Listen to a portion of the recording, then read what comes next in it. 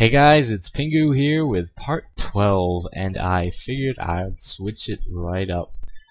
So I constructed another fortress. I started it, it's the same area, but rather than dig into the wall here, I decided to make this very elegant a fort that we're going to do. And I did this because while it's great and all to show you the basics in a underplanned fort, I thought I would continue from this part.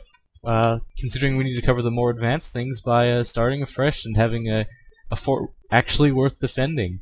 So I've constructed a bunch of walls out of different types of materials just to get this nice look here, and we're roughly at the same place. This is right when the first caravan came through. In fact, they haven't even unloaded the goods yet. I just built that trade depot.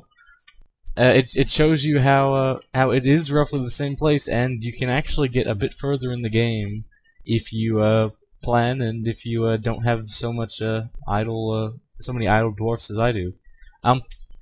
First thing I want to cover is there are above ground farms you can make. You make the farms just like below ground farms, B and then P to farm plot, place it, and these farms can grow different types of crops, and these different types of crops can grow all year round.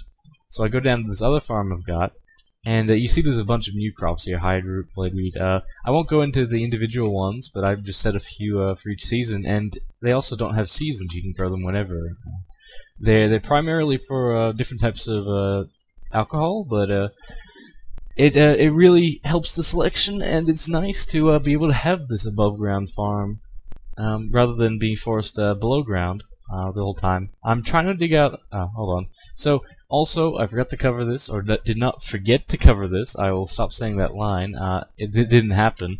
But when the first caravan comes over, the dwarf caravan, you will be taken to this screen if your expedition leader is able to meet with the outpost liaison. So this is a screen where you can select what sort of materials you want the dwarfs to try and bring next to trade caravan. So you just go through with the plus or minus keys to go through the left side of the menu, and then up or down to go through the right side of the menu. So we want, I don't know, we didn't have some weapons before, so we'll try and say, okay, bring some crossbows and whatnot.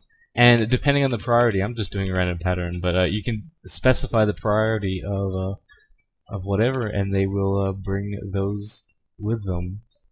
That should be all. I don't want to go too much in detail, but it really helps if you have like, say if you are like me and you use up all your all of whatever that rock's name is. Hold on, I can find it. Oh, it doesn't even matter. Whatever this type of rock is. Gypsum. So gypsum is used to make plaster, but I decided to use it for the walls because it's yellow, and now I'm out of gypsum. So you can always trade for gypsum powder if you really want.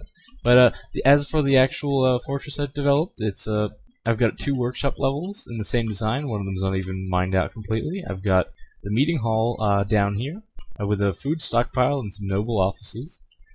Further down, I've got some bedrooms that will be dug out, but until then, I'll just have my dwarfs use the dormitories I'll make up here. These are going to be barracks for multiple squads, but just for now, they will be used for beds. This is just showing you the agreement. So if I go down to weapons, we're actually stuck with them. When you set the priority, it increases the price for those items, but they'll also bring more of them. So if you're desperate, you can always just hedge your bets and hope they'll bring some good weapons, and they usually will. But for some other more specific things, they won't always bring those along with them, and you have to specifically say that you wish for them to bring those goods. Now, I've got the fortress out here.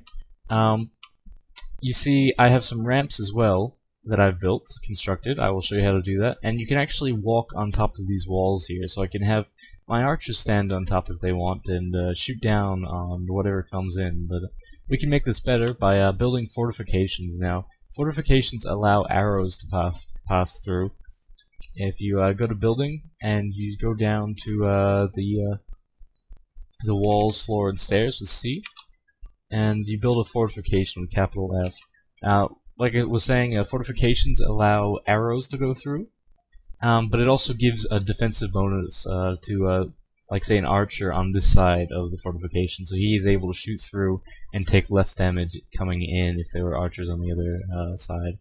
So we can, I don't know, let's build a... We can even build it all the way across if we want. You hit K and H to expand the selection, the width, and U and M the height if you want. And this will just give you the option of making multiple walls at the same time, so you don't have to individually construct them. I'm making this all out of microline, so I can have these the same nice blue effect for upstairs as well. We'll just make another row. You can also construct floors. So I have constructed what I will eventually use for some barracks away from home or something, and put some food in there so my soldiers can survive. But right now it's just some walls with a few doors, but there's no ceiling on it. And we can make ceilings by just the same way, and then go to the C menu, but with floor instead. So they kind of a floor, but then of course it acts as a ceiling for anybody underneath. I don't think I'm gonna have enough gypsum for this, so I'll have to make it out of something else. Yeah, I've got 3 gypsum rocks left somewhere in the world, but I will make it out of bauxite because that's a red color, so we still get that effect. And you see, there's a lot.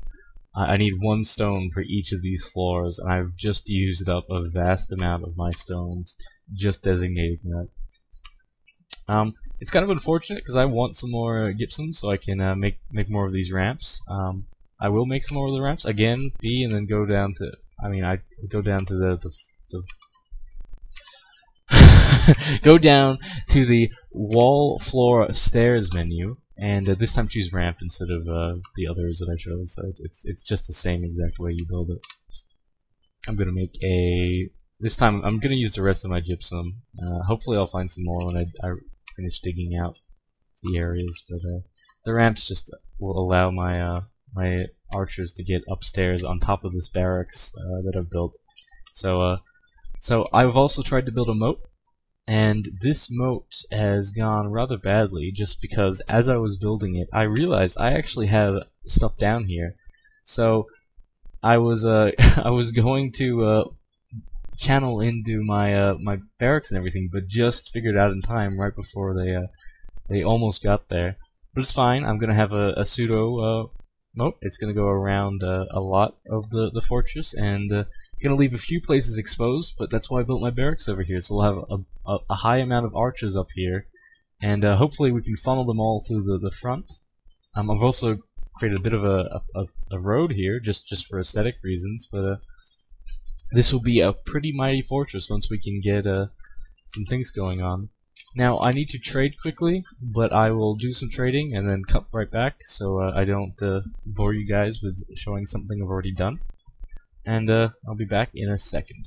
So I'm back already, but I just realized I alt-tabbed out, and this is already on 8 minutes long, so I can just briefly cover something and then go to the next lesson with the natural gap there.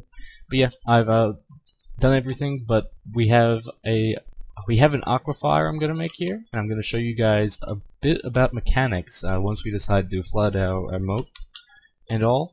We're gonna have a hospital, we're gonna have some more barracks and everything, and we're going to try and get some industry going, and and yeah, it should be fun. But until then, I will see you in part 13.